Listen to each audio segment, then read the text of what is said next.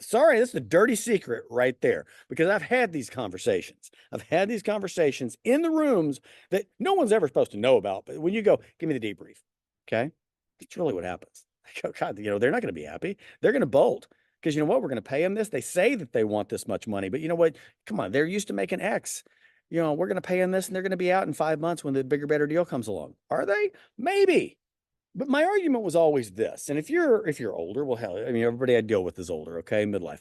So here's the deal. My argument to them was always, everybody's going to leave you. Everybody's going to leave you.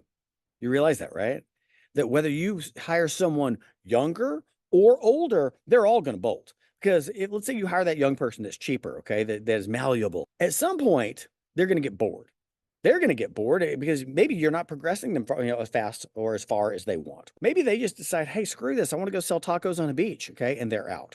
Or maybe they get married or, want to leave or say, I'm sick of living here and want to do something else because they're going to leave you because nobody stays at a job long anymore. I remember when I was recruiting and, well, look at this. They've job hopped. They were only in their job 5 years last time. And I want somebody who's going to stay forever. Nobody stays forever. People don't stay. Hell, people don't stay in marriages forever. People don't stay in jobs forever. They will leave you. They're going to leave you, and they're going to leave you faster than they ever have before. And I don't give a damn how old they are. So my question then becomes, knowing that someone's going to leave you, okay, why are you looking for longevity? Because it is a contract. It is an unspoken social contract of, hey, I'm going to stay as long as I want to, and as long as this works for me, and as long as I'm paid well and fairly and respected, and I enjoy the job and it's challenging work. But the moment that stops, or the moment something in my own personal life changes, I'm out of there. That's it. And yet we look at someone who thinks that as, oh my God, you're horrible. They shouldn't do that. We want someone who's going to give us everything. Nobody gives you everything anymore. Nobody gives you anything. You're lucky if they show up and give you anything. Okay. So why are you bitching and moaning about that? Because here's the deal. You and I both know that whether they're young or old, but let's take that employee that you expect loyalty and blood out of them. The moment the market changes, the moment you don't hit your numbers, the moment you lose a client, the moment shit turns, the moment you become acquired, the moment they do something to miss a project and you just don't like the way they handle things anymore, guess what? You're gone. You can get rid of them for anything. Loyalty is a temporary and transient thing. And nobody likes to admit that. Now we've established this about how temporary and transient things are. Let's talk about the benefits of why you want to hire somebody older. Because I would make this argument there. I said, everybody's going to leave. So don't sit there and think because they're young and you can pay them less and you can teach them everything that they're going to sit there and go, oh my God, please, I want to stay forever. So let's say that everybody's going to stay, the same people are going to stay 18 months, give or take.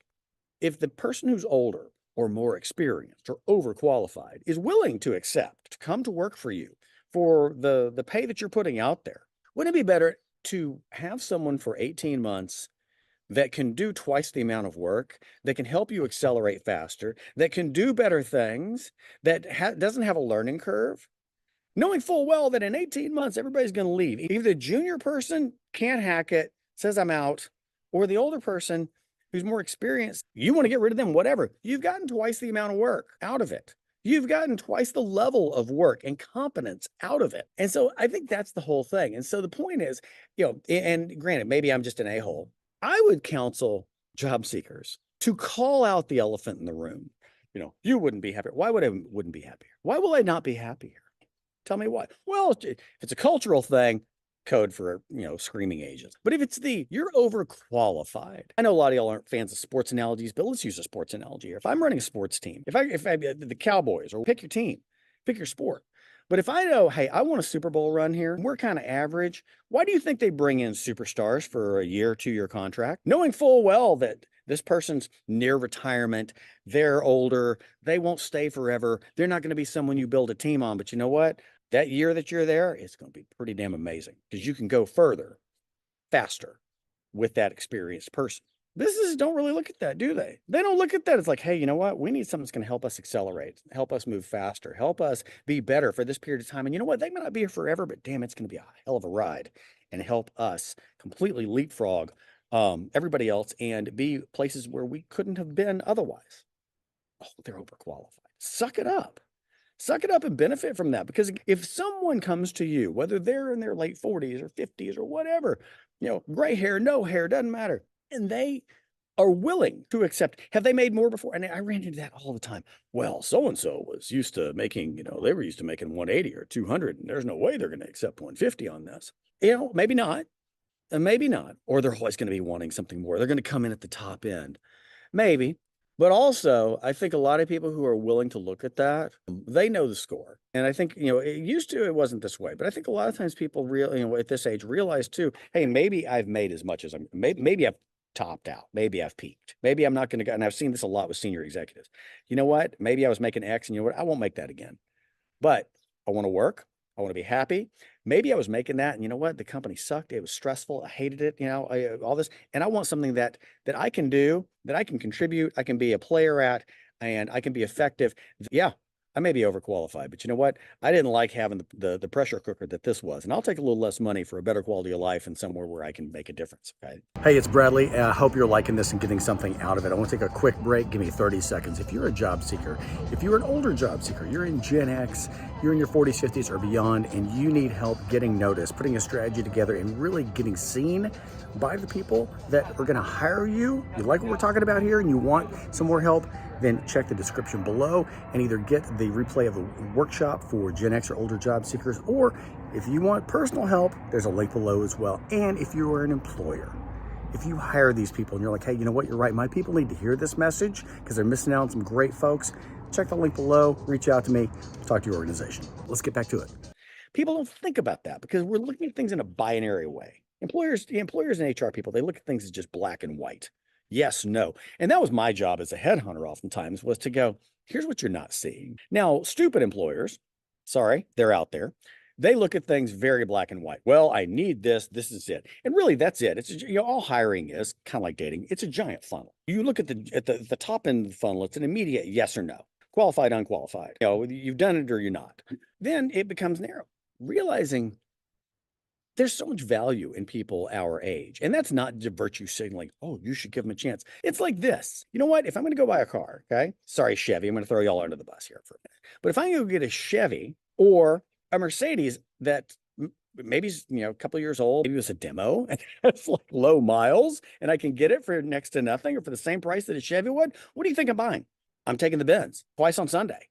It's value. I see people our age, job seekers, well, they said I'm overqualified. I don't understand. Understand it. They think you're too expensive. You're going to be a pain in the ass. You're going to know more than the younger manager. You're going to overshadow them.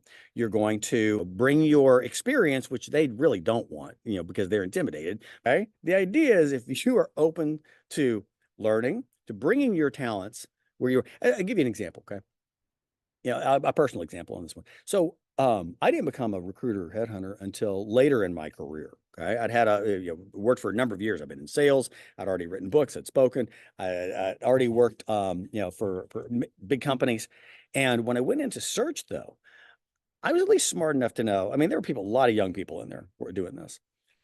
I'd never searched before. Okay. But I'd recruited, I'd done all these other things. But I remember going in there and thinking, hey, you guys obviously been successful doing this. Okay. I have a lot of life experience, a lot of business experience. I know a lot of things, but you know what? I'm smart enough to know what I don't know. And I don't know how you do it. So my approach to this, and I remember telling the guy who was the name partner on this, I said, look, I'm really good, but I'm cocky, but I know enough to know I don't know this business. So what I'm going to do is I'm not going to talk about what I've done, how I used to do it. Why don't we do it this way? I'm going to come in. I'm going to be a blank slate. I'm going to be a sponge until I put some skins on the wall. I'm going to do it your way. I'm going to wash, rinse, repeat. I'm going to Mr. Miyagi this shit. Okay. You tell me to, wax on, wax off. I will do it until I get some skins on the wall and learn it your way. And then it's gloves off. And I'm going to then bring in what I know and my experience and all of these things. And it worked because I came in as a blank slate. I learned everything their way, which was valuable. I wasn't, oh, here's this old guy who comes in and thinks he knows everything. But then once I've learned that, then I can layer it with what I did know. And I accelerated at an alarmingly fast rate. And if you're older, that's a great way to do it. But there's the intimidation factor. There's the expense factor. There's the they're going to leave factor. There's the I won't be happy factor. And we think, because so many of us, and I saw this so many times, again, I've written job books, I recruited, I did all this. And so many people think that you have to play the game a certain way. You're dealing with another person, another human being. And yet people don't want to say what's the blinding flash of the obvious. Hey, why do you think I wouldn't be happy? Why do you think I'm overqualified? And then you draw these analogies right there. Now, granted, sorry, HR, if you're dealing with an HR person or a recruiter or whatever like that, they can't do shit. Sorry, y'all are helpless. Okay. In terms of being able to then communicate, you're playing a game of telephone then because you can't communicate to the hiring manager, right? But if you ever get an opportunity, you get face to face with someone who actually pulls the strings and gives it a thumbs up, thumbs down, and a hiring manager, a person you report to, or company owner or executive like that, that's it. And I think a great way is saying, what about me scares you? What about me scares you? What about this would make you not want to move forward? And then say, is it the money? Is it the age? Is it? No one thinks about that because, oh, that's just bad form. You don't talk about that. I know we got some Canadians on here who are very friendly. Look, my philosophy in life and a lot of things is, look, if you think it's going down in flames, if you think it is swirling the drain here, you have 0.0 things to lose. So just ask the question. And it's not this. It's not the statement of, well, I'm a quick learner. Don't say that. Well, I pick up things quickly. I'm willing to learn. No one gives a shit. It's not always about your education. It's not always about reskilling and going up. It's about getting real. Because here's the other thing. This is the other elephant in the room that nobody wants to talk about here. If you're an employer and someone actually wants to work and shows up and is on time and, can conjugate a verb and is remotely qualified, there you go. You're 70% of the way because there's so many people out. Seriously, there's so many people out there, young and old. And look, I got 320-something kids who, thank God, are diligent and great jobs and kicking ass in their career. But you know what? I know so many other young people ghosting, the not showing up, the lack of professionalism, the lack of forethought, the lack of respect, the lack of diligence. Okay. So if you get anybody, young, old, doesn't matter, and they show up and they're going to do the job, you know what? You get bonus points. And especially then for if you're older. I'd call out that elephant in the room. I really would. Here's the deal.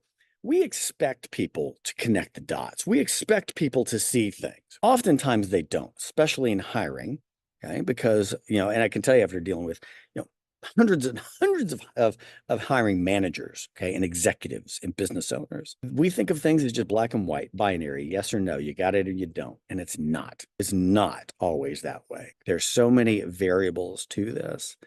Has turnover been a problem? Has absenteeism been a problem? Has actually following through been the problem? Has actually problem solving, critical thinking? We take those things for granted because they just don't fucking exist at a certain level now with employees. That's it. Young and old, but I mean, employees, period. Okay. And the fact that you can call that out, it's not willingness to learn. Okay. I could train this dog here to learn something, but it's the fact of, look, you're running a business. You have customers, you have clients. Okay. Professionalism, work ethic, all of these things. You can't expect someone to connect the dots. Sometimes you have to put it in their face. Okay. And you have to ask the hard question. Are people going to lie? Yep, sure are. People going to squirm around it? Yep, sure are. But at least you will know that you took a swing. You got the bat and you took a swing at it rather than just letting, some idiot, because look, I've done it. I prided myself on giving people the real. Okay. It was the good news or bad news. You're going to get a lot of, well, it's just not a good fit. We chose to go in a different direction. Okay. Look, this is the other thing too. If you're older, if you can get somebody who will give you some honest feedback, then that's a good thing. That's a great thing. Even if it stinks, even if it punches you and makes your nose bloody, that's a great thing. But you need to ask for it. Accepting euphemisms and bullshit like that, no. It's my small rant for today. But overqualified, man, who wouldn't want a superstar at a discount price? You're a fool if you don't take that. And I'd tell them that to their face.